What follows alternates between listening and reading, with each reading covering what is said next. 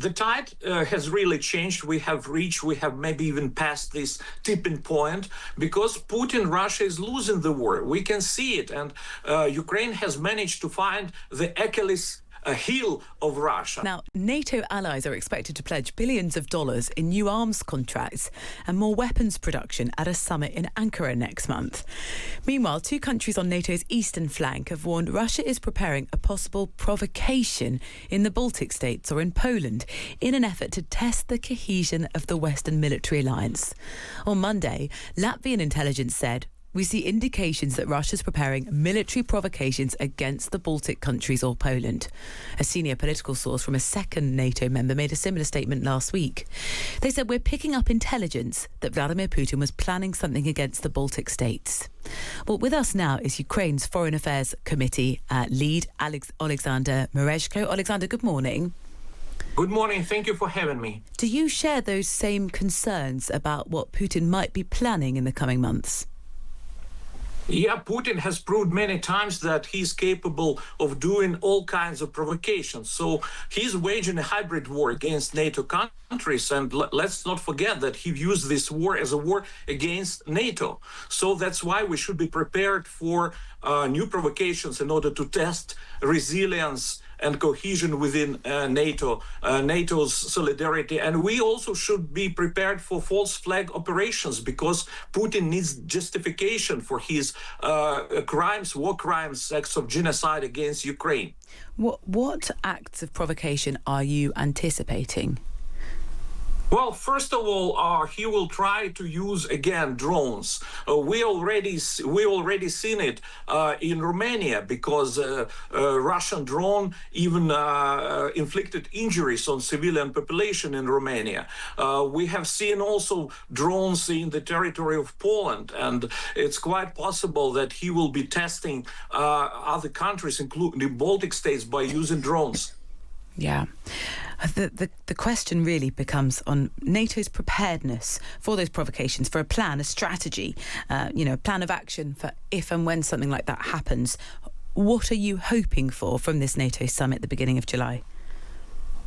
Well, first of all, I'm absolutely sure that Article 5 continues to be in force and NATO countries are well prepared to defend themselves, each inch of their territories. I'm absolutely certain about that.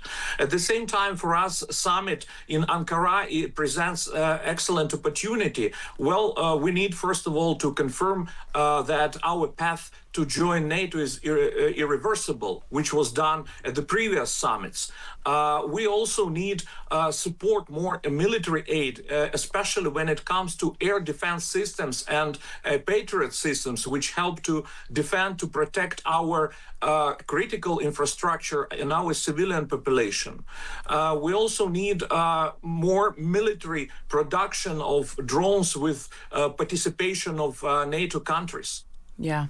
The participation of NATO countries, I wonder what you think about the UK's participation. We've had sort of a very big political row here about our own defence investment plan, how much money we should be spending on defence. I wonder how much of that has seeped through to you and your colleagues. And do you think it's had any impact on Ukraine's perception of us as one of your most important allies? Exactly. I would like to remind the listeners that we have concluded with the UK an international agreement, a treaty on 100 years of strategic partnership. It means a lot to us. We view the UK as our closest ally, closest friend. We know that we can count on you, and we see lots of help, lots of support, political, diplomatic support, and military support coming from the United Kingdom. We are grateful to people of your country, to your government, and to your king, of course. Yeah, so I don't know, do you think any of the political turmoil here, it looks like in 3 weeks' time today, we'll have a new Prime Minister. And a lot of that is because the former Prime Minister, or the current Prime Minister, Keir Starmer, was so undermined by his Defence Secretary. Are you at all nervous about what any of this political instability does for our support of Ukraine? Well, we're absolutely not nervous about this because it's a natural democratic process, and it's like the essence of democracy when you have changes. But we're grateful to the Prime Minister Starmer. He did a lot in terms of helping Ukraine. We're grateful to him. Actually, he was the one who signed this agreement on strategic partnership with our country. We know that he's always been our reliable friend, but at the same time, we're sure that the next Prime Minister will continue this support, and we're absolutely confident. We are lucky that we have bipartisan support of the UK. Both Tory and Labour, they support us, and we are grateful to them, because it's for them Ukraine is not a divisive issue. It's the issue which unites these political forces, these political parties. Yeah. Final thing, we've been hearing some, at times, quite encouraging reports from how Ukraine's military is performing on the front line. Can you give us an update, really, on the strength of the resistance?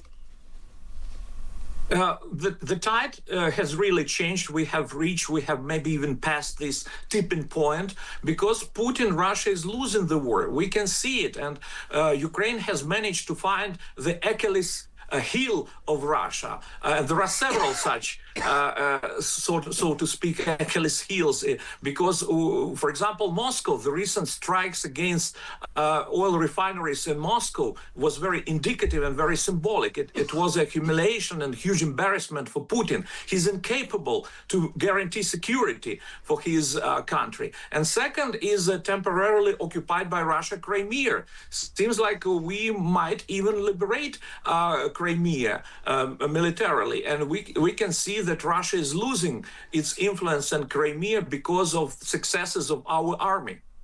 Thank you very much for your time. It is so appreciated. Oleksandr Merezhko, Chair of Ukraine's Foreign Affairs Committee, thank you so much.